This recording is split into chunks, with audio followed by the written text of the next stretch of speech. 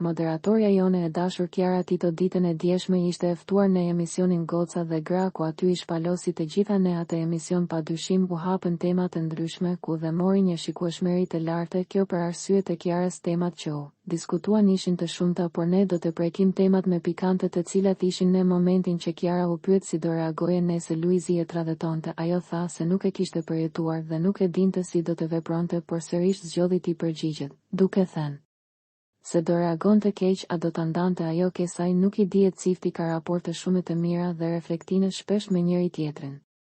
Pyetja e dytë pikante kishte të bënte me raportin e ish koleges së Kiarës, ku kanë qenë shoqe të mira, ku bashkë dilnin e konsumonin kafe, por koha i tregoi të gjitha ajo u ndje tepër e shgënjur nga veprimi i Dojnes dhe nuk e priste që ta hiqte nga shoqëria. Megjithatë ajo thote se nuk do të flas me këtë temë dhe të merret me gjëra fëmijësh sepse janë e papjekur. Pyetja e tretë ishte kush e mban fëmijën, ajo u përgjigj është Luizi, ai është një baba perfekt, i shërben vajzës, del me të angazhone, aktivizon dhe Kiara ndjehet mire që babë e bie kanë raporte kaq të forta.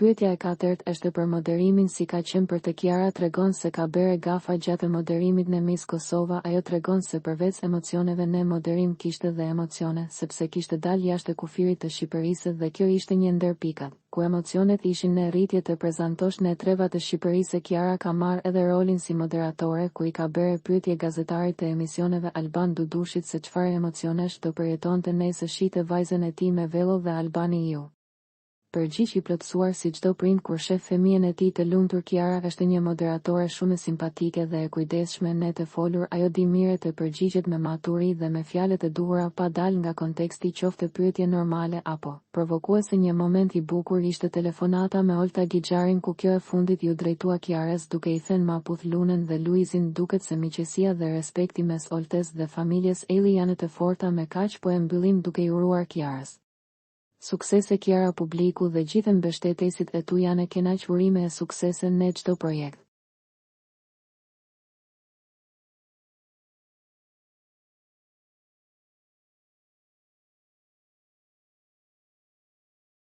Për të rejat më të fundit nga politika, bota, sporti, shobizi, horoskopi, mjekësi, automjete, dokumentare, çështje sociale, na ndiqni duke bërë subscribe.